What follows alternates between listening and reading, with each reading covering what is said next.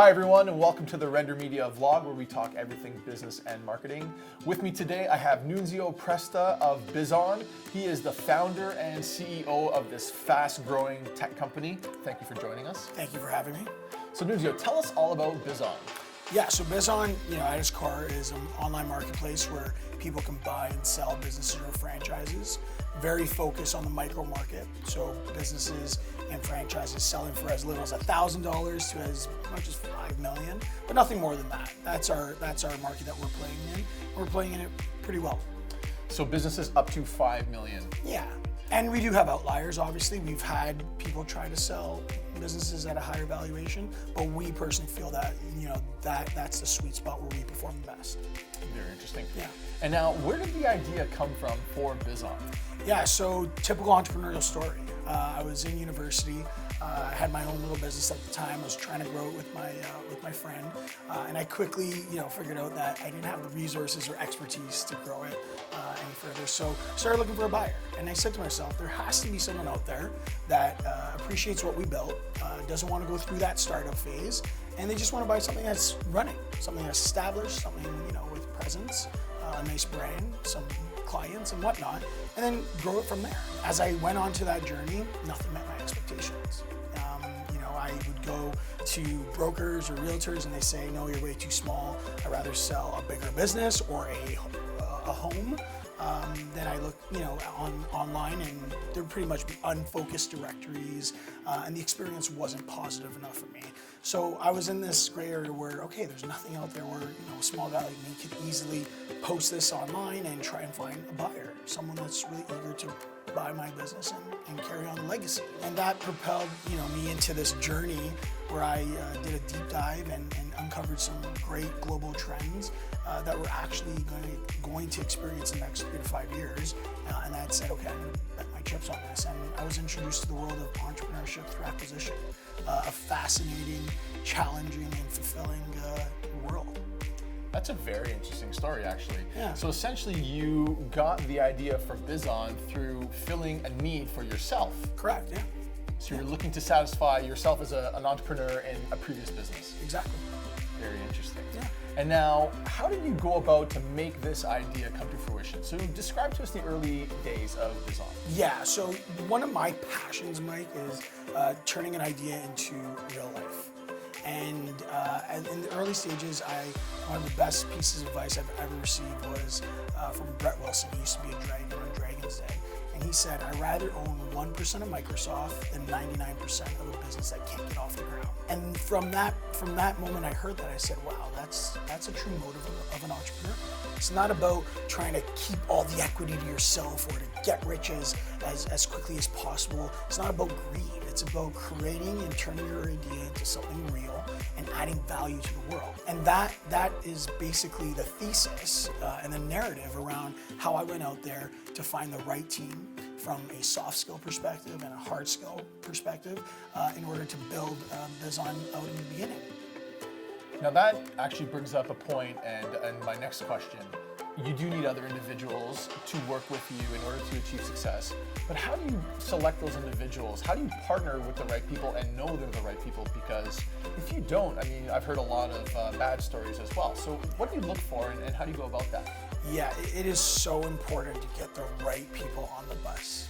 Right? No matter what that bus is, if you don't have the right people, that bus isn't going anywhere. And at the beginning, I really, really looked at an alignment, not from just a hard skill perspective. Like, for example, I'm I know tech, and I'm good at it, but I'm a non-techie leading a tech company.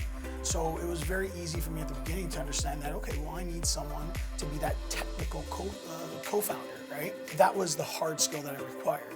But it was, diving deep and going through pretty much an interview process to find that technical co-founder that aligned from a soft skill perspective, bought into the mission and the vision of what we're trying to do, and someone that was in for the long journey of building a startup from scratch into what it is today. Yeah, it was like an interview process. We had to like each other, obviously, and know each other on a deeper level aside from business or anything else. And that's kind of the philosophy that I still use today. another mentor that I follow closely, Chip Wilson of Lululemon.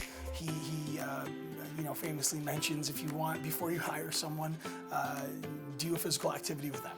Go on a hike with them or something just to see, who they are as a person. Or go out for breakfast and get there first and tell the waiter to make sure to bring the wrong order to that person to see how they react, right? See how they are as a person, right? Aside from the hard skills. So these are little things that I kind of use day to day. You're not always going to find the right person the first time around. Would you say it's almost like a trial and error sort of?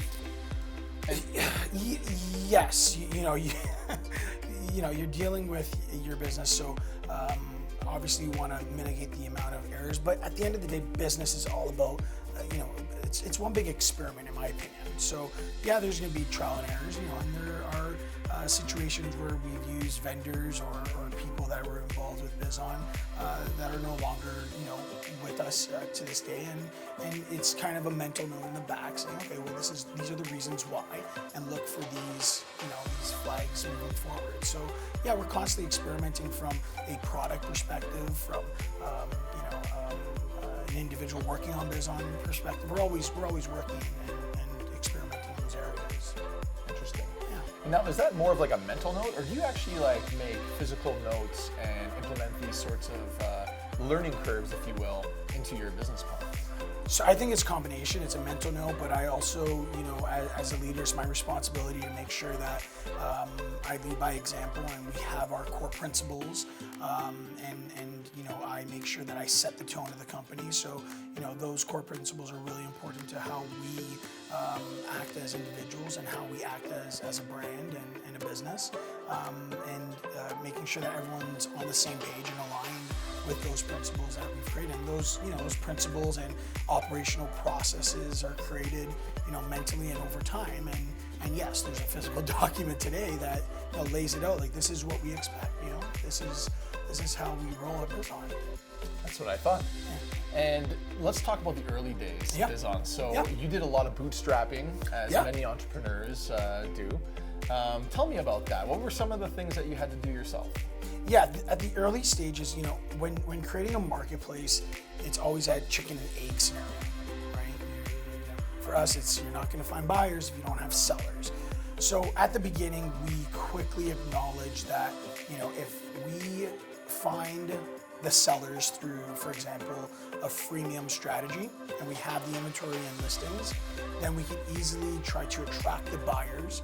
And if we focus on attracting those buyers, even though we're not making money at the time, but if we could attract those buyers, then obviously we would increase the volume of connections and success stories. And if we could increase the amount of connections and success stories, we could attract more sellers. So that was the whole model at the beginning and our go-to strategy by leveraging the freemium model. And then from that point, when we felt it was comfortable enough to actually monetize the seller, where we felt that yes, we are adding extreme value for the seller, then that's when we monetized. And even at the early stages when we did monetize, after growing organically, we still made sure we put at least 20 to 30% of every dollar back into marketing in order to put towards social and digital marketing, so we can attract even more sellers and buyers. And that's that kind of started the engine at the beginning, and then it was pretty much a flywheel at that point. That's a fascinating business model. Yeah. Now, you did a lot yourself when you were bootstrapping, and to this day, you continue to wear a lot of hats. Yes. What are some of the things that you could share with us that you did that many people probably wouldn't think that, the founder and CEO of a company would do? Well, the thing with wearing multiple hats, at the beginning when projects are small and short, it's doable. But as the projects get, longer and more difficult, it can be exhausting, right? And one of the challenges for me is I never wanted to be in a position where the quality of my decisions were compromised, right? So wearing multiple hats, at the beginning, you would see me. doing everything from brand manager to salesperson to knocking on doors to setting up the expos to making sure I'm getting my marketing material printed and on time for any events we're at, engaging in panel discussions, Twitter chats, a little bit of code reading, not actually coding, but everything that needed to be done. I was there, but I also valued and quickly acknowledged that there are certain things that I'm not good at, and you need to do that at the beginning, and that's why it was very important for me to find a technical co-founder, because I know I couldn't develop the BizON marketplace from scratch, but he could, and it was great that we aligned on a personal level as well as a business level. But yeah, so multiple hats, very doable when those projects are short and easy, but when they get a little bit longer and more difficult, like I said, it's exhausting. So to this day, I still try to make sure that, yes, I wear multiple hats, but I just make sure that I'm very diligent in making sure that I'm not compromising the quality of my decisions at all. That's another great point. Know your strengths and weaknesses. Yeah. Now let's talk about the brand itself. So you mentioned where the idea for BizON came from your previous entrepreneurial journey. Yeah. Where did the brand come from? How did that come to fruition? So when you talk about brand, BizON. Yeah. So everyone thinks that means Business Ontario, but it doesn't. It was a play on words. When I was looking to sell my business, I was always saying it'd be nice if, for example, one global trend that I identified is the amount of baby boomers that aren't prepared with succession plans, that are going to retire and exit, right? And then I thought the impact to our economy if all these businesses were to just disappear, how scary it is. Like all these amazing businesses with deep history and legacy just disappearing because they couldn't find a buyer. These small mom and pop shops, right? The heart of our communities, the heart of our economy. It'd be sad in my opinion, and there'd be a negative impact on not only from a local perspective, but from a national perspective, right? So it was a play on words on let the business live on, let the business live on, let the business live on, and BizON just flew out of my mouth as the brand name. And at its very core, what we do is we obviously connect buyers and sellers, but what drives every single person at BizON is we look at ourselves as that marketplace and that brand that empowers people to love what they do. That's what drives us. So that's our brand. That's the BizON brand. That's truly fascinating. So it's not only a marketplace to buy and sell businesses. It's a place where businesses can continue to live on. Exactly. And survive and move on to the next phase of their existence, their history. Yeah, and it's transitioning to someone that sees the value in what was created. Someone that is sick of their 9 to 5. Someone that wants to be their own boss. Someone that wants to control their life. Someone that wants to wake up with a passion and purpose. Right. These are the two parties that we're connecting every day. That's very fascinating as well. Yeah. So tell us about one of these success stories. Sure. One of my favorite success stories, because it's actually close to me, is my sister-in-law and her family. So she and her family were on a journey looking for a lifestyle business, something that they were passionate about, something that they could build as a family and do as a family. And they actually found a playground on BizON for sale, and they purchased it. Fast forward, a year later, they were so engaged with the business and loved it so much, and were so excited. They made good money enough to get the money they made and invest it back into renovations. Not only renovations to the actual business itself, but to the actual brand. And that type of story inspires me every day because that's the possibilities of entrepreneurship through acquisition, right? Getting something, making it better, and having the opportunity to just do something you love. That's a great feel-good story. Yeah, it's close to home. Very inspiring to other entrepreneurs to achieve success. Yep. Now, what can we expect for the future of BizON? Great question.